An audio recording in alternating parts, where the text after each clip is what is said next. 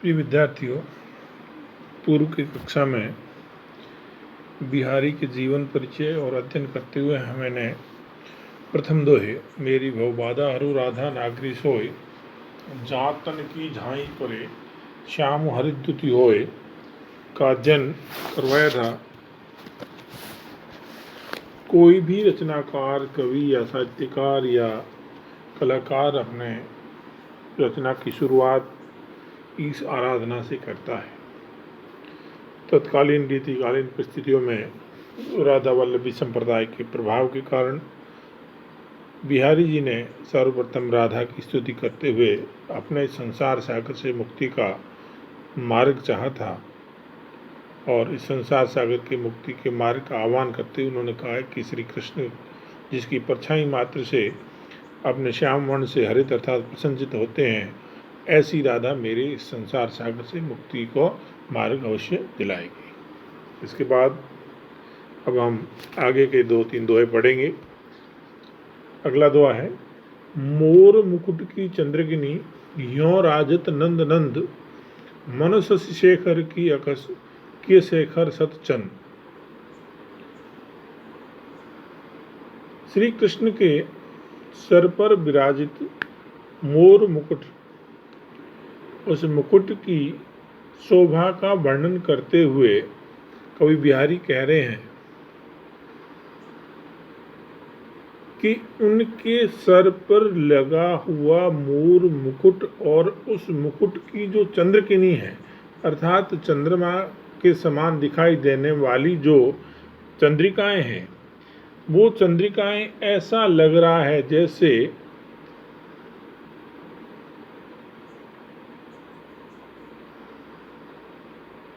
मनुष्य शेखर की अकस, कि जैसे सर पर साक्षात चंद्रमा को धारण करने वाले शिव जी से प्रतिस्पर्धा करते हुए उन्होंने इसको अपने सर पर धारण किया है।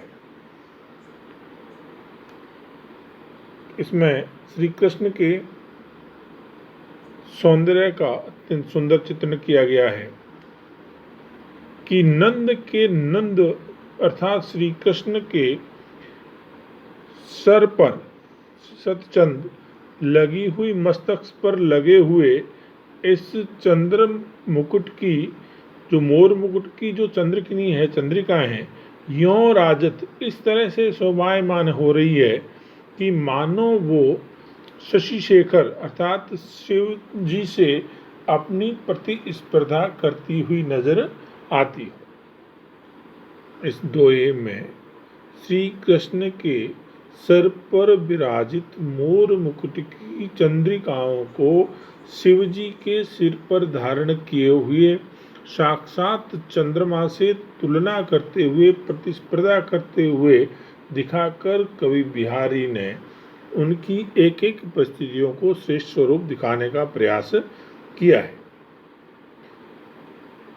शिव जी के सिर पर विराजित चंद्रमा से श्री कृष्ण के सर में विराजित मोर मुकुट की चंद्रिकाओं की तुलना करना, उससे प्रतिस्पर्धा दिखाना, उससे प्रतिद्वंदिता दिखाना, अकश यानी प्रतिद्वंदिता करती हुई नजर आती है। इसमें श्री कृष्ण का सौंदर्य का वर्णन है, कल्पनात्मक काव्यात्मक कल्पना का स्वरूप किया गया है, मुक्तक शैली है और शशि शेखर और मोर मुकुट में अनुप्रास अलंकार है, मनुष्य शशि शेखर में उत्प्रेक्षा और शेखर में अभंग सलेश अलंकार नजर आता है। अगला दोहा तंत्री नाद कवित्रस सरस राग रतिरंग अन बूढ़े बूढ़े तरे जे बूढ़े सब अंग। इस दोहे के माध्यम से कवि ने ये बताने का प्रयास किया है कि जब तक आप अपना सर्वांग समर्पण किसी को प्रस्तुत नहीं करोगे तब तक आप उसको कभी भी प्राप्त नहीं कर सकते। उदाहरण के द्वारा उन्होंने बताया है कि वीणा की झंकार, तंत्री नाद, वीणा की झंकार अर्थात संगीत की मधुर ध्वनि और कविता का आनंद, कवित्रस और कविता का आनंद और सरस राग यानी सुंदर गाना मधुर गीत और रतिरंग और प्रेम की क्रीड़ा अर्थात रति क्रीड़ा में जो नहीं डूबा है, उसके जो रंग में नहीं रंगा है, अर्थात जो उसमें तल्लीन नहीं हुआ है, वो तो वैसे ही डूब गया है। अनबूढ़े बूढ़े यानी जो उसमें नहीं डूबा है वो डूब गया है। बूढ़े यानी डूबना।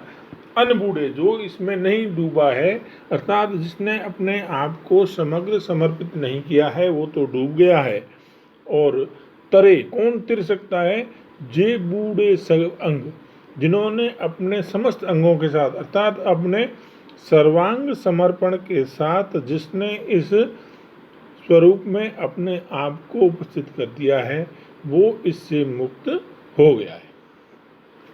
दोबारा सुने कि किसी भी वस्तु की प्राप्ति और श्रेष्ठता के लिए उसमें पूर्ण तल्लीनता चाहिए।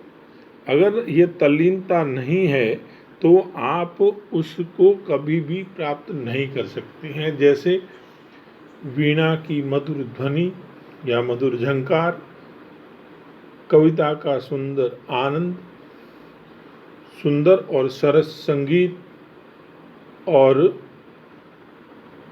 प्रेम या अर्थात रति क्रीड़ा में जो नहीं डूबा है, वो वास्तव में जीवन में डूब गया। अर्थात जिसने समर्पण नहीं किया है, वो कभी भी इसमें सफलता प्राप्त नहीं कर सकता है। और जो डूबे सब, जो बूढ़े सब अंग, जिसने अपने आप को समस्त अंगों के साथ सर्वांग रूप से समर्पित कर दिया है, वो इस संसार सागर से मुक्त हो गया है, तिर गया है, पार हो गया है। अगला दोहा देखिए। कोटि जतन को करे प्रेम प्रकृति बीच, नल बल जल ऊंचो चढ़े अंत नीच को नीच। इसमें कवि बिहारी जीवन में कितने ही उपाय कर लिए जाए, परंतु व्यक्ति कभी भी अपने स्वभाव में अंतर नहीं ला सकता। जैसे कोटि जतन को, कोटि करोड़ों, कोई भी चाहे करोड़ों प्रकार के प्रयत्न कर ले प्रेम प्रकृति बीच, परंतु वो कभी भी उसके प्रकृति में परिवर्तन नहीं कर सकता, उसके स्वभाव में परिवर्तन नहीं ला सकता। उदाहरण के द्वारा उन्होंने समझाया है कि नल बल जल ऊंचो चढ़े, कि नल के बल के द्वारा अर्थात उसके ऊपर लगाए हुए जोर से जल ऊपर तो चढ़ जाता है, परंतु उसकी गति हमेशा नीचे ही आकर के रहती है। ऐसे ही अगर कोई व्यक्ति किसी श्रेष्ठ व्यक्तियों या श्रेष्ठ स्वरूपों के साथ में बैठ भी जाए या रह भी जाए, तो भी वह अपनी कभी प्रकृति नहीं छोड़ेगा। जीवन में कभी भी प्रकृति या स्वभाव में परिवर्तन नहीं आता है, चाहे कोई कितना ही करोड़ों उपाय कर ले। जैसे नल के बल से पानी ऊपर चढ़ता है, परंतु वो अंत में नीचे आकर के ही बैठता है। जप माला छापा तिलक सरेन एको काम, मन कांचे नाचे व्रता और सांचे रांचे राम। इसमें भक्ति में तल्लीनता या श्रेष्ठता को बताया गया है कि बाहरी आडंबर या आवरण से कभी भी ईश्वर की प्राप्ति नहीं होती है। माला का जपना, छापा या तिलक लगाना, इससे सरेन एको काम, इससे कोई भी काम नहीं चलता है। सरनायनी सिद्ध होना, सफल होना, इससे एक भी काम सिद्ध नहीं होता है। मन कांचे नाचे बता, अर्थात अगर आप अपने कच्चे मन से अर्थात आधे या अधूरे स्वरूप में अगर आपने कोई भी काम किया है, तो वो व्यर्थ है। और सांचे रांचे राम, अगर आप साचे मन से पूर्णतः रमणीय स्वरूप में होकर के सच्ची भक्ति करते हो, तो राम भी रांचे होते हैं अर्थात प्रसन्न होते हैं। अगर आप सच्चाई के मार्ग को लेकर के चलते हैं, तो स्वाभाविक रूप से श्री राम भी प्रसन्न होंगे और आपको मुक्ति का मार्ग मिलेगा।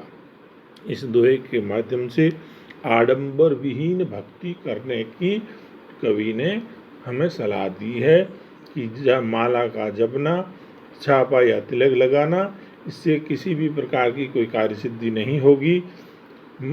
काचे मन से अर्थात आधे मन से, अर्ध सत्य से, बिना मन के किया हुआ कोई भी काम वो हमेशा व्यर्थ होता है। और साँचे मन से अगर कोई भी आप काम करते हो अर्थात सत्य से डूबकर और सत्य भाव से अगर बिना आडंबर के आप कोई काम करते हो, उसी से भगवान प्रभु रीझते हैं।